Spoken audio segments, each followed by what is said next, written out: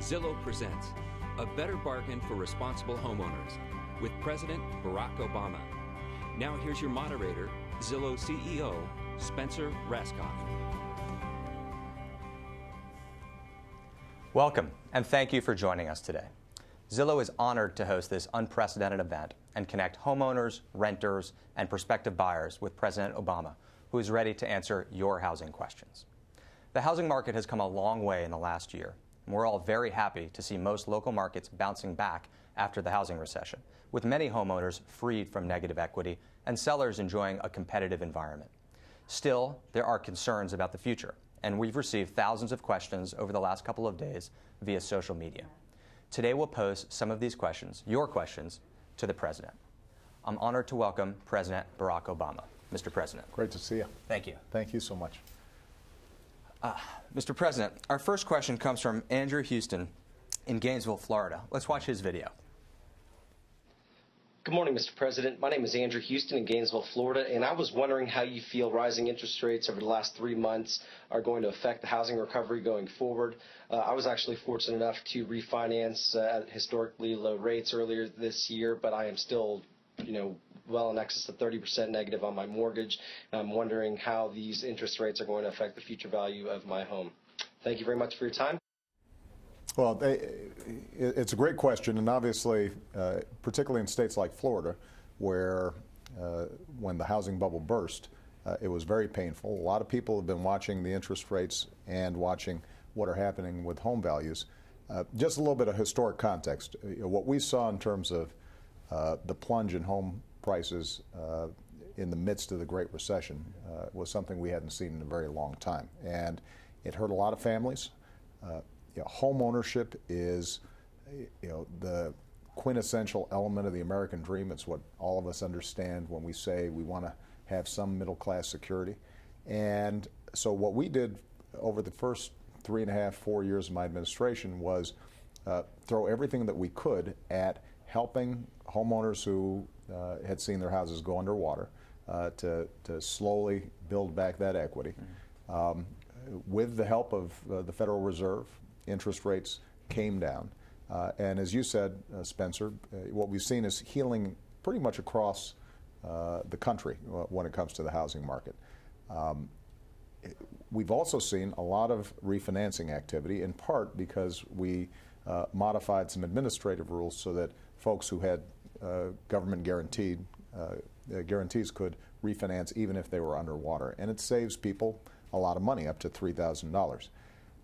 We've seen interest rates now tick up. So far, at least, though, the housing market has continued to be fairly robust. And there's been reporting just this week. Some of the data's come in showing that you've still seen some good, steady growth.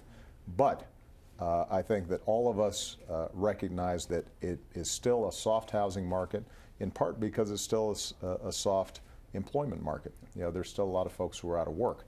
And the real economy is directly related to the housing market. So, what we've heard from the Federal Reserve Chairman is that he thinks it's important for interest rates to remain relatively low so long as unemployment remains high. That should continue to help the housing market. But given that interest rates tick up a little bit as the economy improves, it is especially important for Congress to act on the proposal that we put forward, which says, let's not just let a few people refinance. Let's allow everybody who is potentially eligible to go ahead and refinance. It can end up being the equivalent of a $3,000 tax cut, basically, money in your pocket. Or alternatively, as Andrew was talking about, it gives homeowners an opportunity to start building back some of the equity in the home that they lost during the Great Recession. You're referring to HARP 3, which we have a lot of questions about, so we're certainly going to discuss that. I mean, to keep the long-term perspective, mortgage rates have ticked up about a point, but we're still in the low fours, which, if you take the long view, is still an incredibly low rate. Well, for a mortgage. Not to get too personal, but our home back in Chicago, not the White House, which, as I said, that's a rental. Our home back in Chicago, my mortgage interest rate, I would probably benefit from refinancing right now. I would save some money. When you're president, you have to be a little careful about these transactions. So we haven't refinanced, but there's no doubt that somebody like Michelle and I, who bought our house, several years ago, that if we went out to the market right now, we'd end up saving some money. Right, right. This next question comes from Jill Fitzpatrick from Louisiana, and she's from a part of the country where home values have bounced 20% off the bottom. Let's watch Jill's video. My name is Jill Fitzpatrick. I was wondering what changes you think can be made to help second-time homeowners. I refer specifically to young families who lost considerable equity in their first homes due to the housing bust. Families faced with buying a second, larger house, now in a market like New Orleans, where I live, where prices have skyrocketed astronomically, pricing many of us out of what should have been a logical and economically feasible next move. Well, I think the point that was made there is really important. Most of us, when we buy our first home, we buy a starter home. When Michelle and I bought our first home, we bought a condo and lived in it for about 10 years before we then moved into a full-fledged standalone home. Right. And the reason we were able to do it was because we built up some equity, as well as got some raises, and eventually were able to get the down payment together for a larger house. It's tougher now for folks who have lost their equity. I can't say that there is a magic formula in a situation that was just described in a place like New Orleans. On the one hand, it's great that housing values have bounced back. On the other hand, most folks haven't gotten all their equity back. Right. If they purchased in 2005 or 2004, right before the bubble popped. What we do know is that if, number one, we keep interest rates low, that will help. Number two, that keeping the overall economy moving in the right direction means that there is a stronger market for homes, and the values of the existing starter home goes up. The good news is that you've got a lot of potential families or families that put off buying a home during the midst of the recession. Mm-hmm. And so if you look at the numbers, the amount of new family formation is going to be increasing fairly rapidly. There's going to be pent-up demand. And potentially those smaller starter homes, they're going to increase in value as well.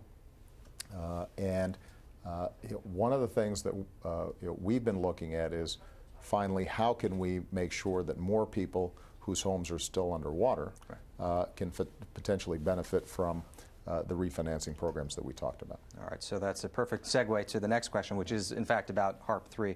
So this question comes from Colin Robertson. And of course, HARP is the government program which lets homeowners who are underwater on their home refinance their mortgage as long as they're not more than 20% underwater and as long as their loans are backed by Fannie and Freddie. About 10% of the questions submitted today were about HARP. So Colin writes to us, he says, what's happening with my refi or HARP 3? Is there any hope of such a program? I think there should be hope. Keep in mind that this is a program that not only I put forward and supported and talked about during the State of the Union, but this was an idea that was strongly supported by Mitt Romney's chief economic advisor. So there shouldn't be an ideological barrier to getting this done. This should be something that Democrats and Republicans can come together and get done. Now, Congress, I think all of us recognize, has been a little broken lately. But the good news is that there are Republican and Democratic senators, at least, who have been in a conversation about how do we learn the lessons of the past and start building a firmer foundation for housing going forward. And a lot of the concerns, a lot of the questions have had to do with how do we get Fannie and Freddie reformed so that they are not in a situation in which taxpayers are essentially subsidizing huge risks that they're taking. As part of a package, you could see Fannie and Freddie reform that protects taxpayers, puts housing on a more stable footing, but in the interim also provides some immediate relief to homeowners, giving them a chance to refinance while interest rates are still low. So this is something that I'm going to push again once Congress gets back in September, once they're back in session, as part of a broader package of housing reform. Let's see if we can potentially even get this done before the end of the year. And we're going to talk about GSE reform, which was a very hot topic among the questions that were submitted as well. This question is from Jason Boatman from Phoenix. Phoenix, of course, is one of the parts of the country that was hardest hit by the recession. It's where you delivered a very important housing address yesterday. Let's see what Jason has to say. Jason writes, I live in the greater Phoenix area. My neighborhood has been hit very hard by the foreclosure crisis. Things are finally starting to look up, but we're certainly not back to pre-recession levels.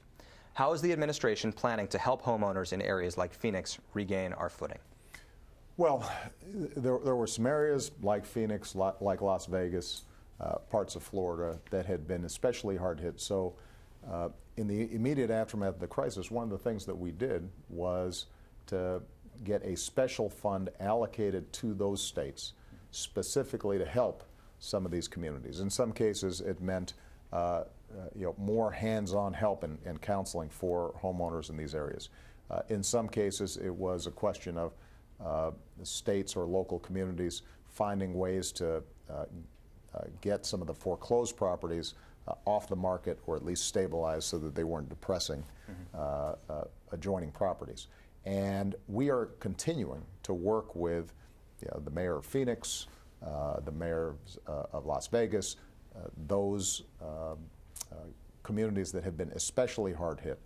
In some areas, one of the questions is, are there so many foreclosures and abandoned properties that it actually pays off for us to either repair them and put them on the market as rental properties, or alternatively, in certain areas of the country where these are really run-down properties, go ahead and tear them down.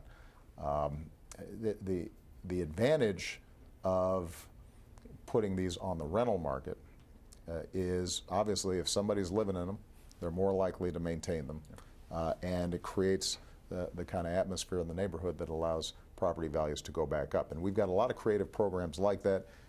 What we want to do is make sure that there are enough resources coming out of Congress and the Secretary of Housing and Urban Development, I know, has a number of ideas about how we can have even more of an impact in revitalizing some of those communities that have been hardest hit. And it's been great to see in some of these communities, institutional investors have been buying up tens of thousands of these properties and rehabbing them and then renting them, in some cases renting them to the existing homeowners who are underwater on their own home. That makes a lot of sense, and it's good business sense. Look, we know that a basic principle of the free market is if you can buy low and sell high, you're in a pretty good spot. These institutional investors pulling together big chunks of property, going ahead and making them rental properties, which help to cover their costs immediately, but they're also hoping to see appreciation in the long term. That can be good business sense for them, but just as importantly, or more importantly, for those middle-class families where they saw these property values drop, having that kind of stabilization can really make a difference. And in a place like Phoenix, we've actually seen 20–25% increases in property values. People are feeling much more optimistic about the future than they were before, and we're also seeing more housing construction going up, which tells you that there's still pent-up demand out there. We've just got to make sure that we get everybody firing on all cylinders to maximize it. This next question comes from Jacob. Jacob is among the 1 in 3 millennials who lives with his parents because he can't find affordable housing. So let's watch Jacob's video. Good morning, President Obama. My name is Jacob and I live in LA. I'm a recent college graduate with a full-time job, but I still live at home with my parents. I'm wondering, with massive student loan debt, will I ever be able to move into a house of my own? Not even looking to buy, just looking to rent. Well, Jacob asks a question that a lot of young people are asking right now. And there are two components to it. Number one, we need more affordable, quality rental housing. And what I said in my speech yesterday, all of us long-term have the aspiration of a home of our own.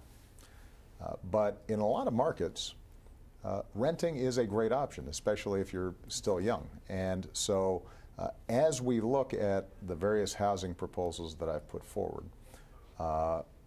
making sure that people can refinance, making sure that we're reforming these GSEs. One of the components is also making sure that we've got more resources to construct or get on the market more affordable housing. And that is not something that people should shy away from, deciding that at this stage in their lives, Jacob looked like a pretty young guy, that renting is probably the best option. Until you know that you can actually purchase safely, soundly, and make your payments. Part of what happened during the housing bubble was that people who probably should have been renting were encouraged to go into the housing market, and they got hurt, and the economy as a whole got hurt. But he also mentioned something else, which is the fact that a lot of young people, what for their parents would have been the down payment on a home, right now is going to service their student loan debt. Right. So I know that Zillow is focused on housing and not college education, but I will say that some of the initiatives that I'm putting forward to drive down the cost of college and the debt burdens that young people have when they get out of school can make a huge difference in the housing market over the long term, because the $30,000 or $25,000 on average that young people from state universities are coming out with in terms of debt, that's a down payment on a house. And so we've got a whole range of ideas about how we can drive tuition down, work with universities to be more efficient, help young people graduate faster so that they're not ending up spending more money, reducing the interest rates on student loans. All that will have an impact on the housing market. I should add, by the way, there's another issue that doesn't seem like it's related to the housing market, but actually is related, and that's immigration reform. We know that if we get immigration reform done, suddenly you've got all kinds of families coming out of the shadows, paying taxes, paying penalties, but they're also going to be really likely to buy homes, oftentimes in some of the neighborhoods where you have the most foreclosures, the most trouble. They add value to the community, increase property values, and over the long term, it's one of the reasons why it's estimated that immigration reform would actually add $1 trillion to the overall economy. It's partly because they'd be buying houses. It's what's so interesting about the housing industry overall is it impacts all these disparate issues from immigration to student loans to the global economy. So it's, well, part of the and the reason is because this is where most Americans where our wealth have their wealth. Yeah. So if you got trillions of dollars tied up in housing, if we get that right, then it makes a big difference everywhere else. All right, so the big one, GSE reform. This next question comes in from Steve from Bloomington, Minnesota. And Steve writes, if Congress is successful, and if you're successful in scaling Fannie Mae and Freddie Mac down, what model fills the gap? Yeah, well, we are fairly unique in the sense that most advanced developed countries don't have such a large government presence in the housing market. Traditionally, Fannie and Freddie was supposed to be subsidiary to the private marketplace. And prior to the Great Recession, in fact, Fannie and Freddie's portfolio was, as a total, a smaller percentage of the overall lending that was taking place in the housing market. Now it's significantly higher, right? And what we've tried to do is to make sure that we're providing the support we need to help the housing market heal, but recognize you can't have a situation in which the government is underwriting and guaranteeing all the mortgage lending that's taking place around the country. On the other, and big profits are being made by these quasi-private institutions, and then if things go wrong, suddenly taxpayers are on the hook. So a couple of things that we've done administratively, we've been trying to reduce the portfolio each year by an incremental amount. So the loans owned by Fannie and Freddie. Owns loaned by Fannie and Freddie. Not too quickly, but allowing the market to catch up. Our long-term goal is to say, let's have the private market get in there and provide those loans, and what the government can do is to step in to make sure, for example, that there's still a 30-year mortgage available, to make sure that homes that are not too upscale are available for young families, for veterans, for folks who may have some limited means, but have saved and scrapped and are ready to go out there and buy. But for example, we increased the maximum home value that could be financed in the midst of the recession because it helped to strengthen homes. Now we're starting to scale that back. And we're actually confident that the private market can step in, do a good job, and the government can be a backstop so that we still have affordability and 30-year mortgages, but it's not the dominant player. Right. And in some ways, it's a return to earlier models. The way to think about it, I think, is that during both the housing bubble and its aftermath, Fannie and Freddie just got too big, right. And that was anomalous. That was not sort of typical of what's happened during the course of our history in the housing market. So the good news is that you've got a bipartisan bill. Senators Warner of Virginia and Corker of Tennessee are working together. The principles that they have announced are ones that are pretty consistent with me. Let's have the market get in there. Let's make sure you don't have a heads, I win, tails, you lose formula for Fannie and Freddie so that taxpayers aren't left on the hook. But we're still focusing on affordability. We still are focused on a 30-year mortgage. And my expectation is if a bill passes, and I think it's the right thing to do for the economy over the long term, it's still going to be phased in. Right. So the one thing we want to prevent is just at a time when the housing market is getting back on its feet, that suddenly you have a big shock to the system. This is something that would have to be phased in over a number of years, and I'm confident it can be done. And look, lenders can go in there and make some money doing it.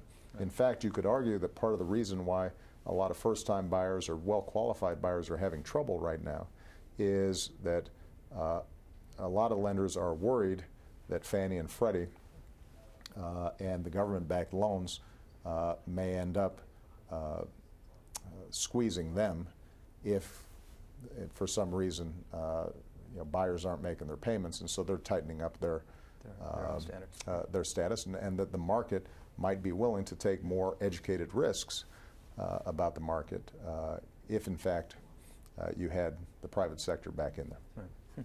So from Fannie and Freddie to loans not backed by Fannie and Freddie, this next question comes from Elias, and about 30% of our questions actually touch on themes that Elias asks about. Let's watch his video.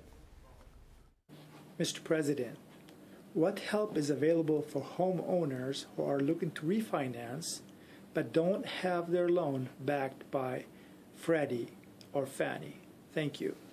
Well, that's we've already talked about that. Yep. That's the HAMP 3 program, our 3 program. And so this is something that can get done.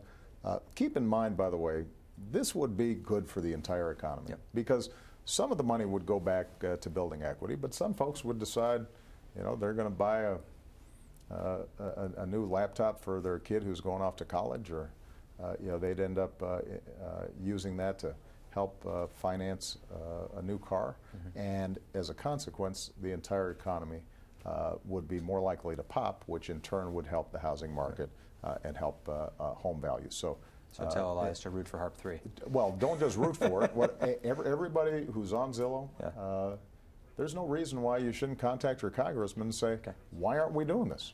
This should be a no-brainer. Okay. All right, our last question comes from Jennifer in North Carolina. Jennifer writes in, she says, I'm a high school teacher in North Carolina. I get paid so little that I can't afford my own apartment. The rent here goes up every year, but I haven't had a raise in years. A fixed mortgage would be more consistent than rising rents, but I don't have the job stability. So what advice would you give to someone like Jennifer, and how can the government help? Well, the first thing I'd say is teachers need to get paid more, and I mean that. Look, one of the challenges that we've seen is that middle-class families, teachers, construction workers, firefighters, their wages and incomes have not gone up, even if their jobs have held steady. Some of them have lost jobs. And one of the big challenges for our housing market is making sure that not only do we have a strong employment market, but people, if they're working hard, they should be getting paid a decent wage. And a lot of what I'm doing and will continue to do for the remainder of my presidency, is focused on how are we improving middle-class security, and teachers fall in that category. Now, we already talked about the fact that renting can be a good option if we get more affordable rental housing on the market. And there are a number of communities that have been doing creative stuff. There are a number of properties that right now are sitting there not being rented. Big chunks in certain cities, in my hometown of Chicago, for example, we could be renovating, rehabbing, and putting on the rental market thousands of units that would help to stabilize rental prices. Ideally, for somebody like Jennifer, renting for a while at an affordable rate that allows you then to save a nest egg that lets you then put your down payment on the home. That's traditionally how folks did it. It's nice if your parents can help you or your grandparents, but for folks like Michelle and I, who didn't come from a fancy background, we lived in Michelle's mom's house for a couple of years. Just like Jacob. Just like Jacob, before we were able to get the down payment together, and that's how we do things. So, just one closing comment, Spencer. I think you guys have done a great job in helping to make consumers more empowered when they are buying a home, selling a home, and it's a wonderful service. One of the things that we're really proud of is the Consumer Finance Protection Bureau that we've put together, headed up by Richard Cordray, a former Attorney General in Ohio. And the CFPB, as we call it, its entire job is how do we help consumers so they get a fair deal. One of their key focus areas has been on home finance and mortgages. And we can expect that we're going to try to simplify a mortgage as soon as the fall so that you don't have a lot of fine print. You know exactly what you're getting. Somebody who's involved in a transaction can operate with some complete transparency. They can know what they might owe once they get a mortgage potentially approved. The more knowledge consumers have, the more empowered they're going to be, and the more likely they're going to be to live out the American dream that I think all of us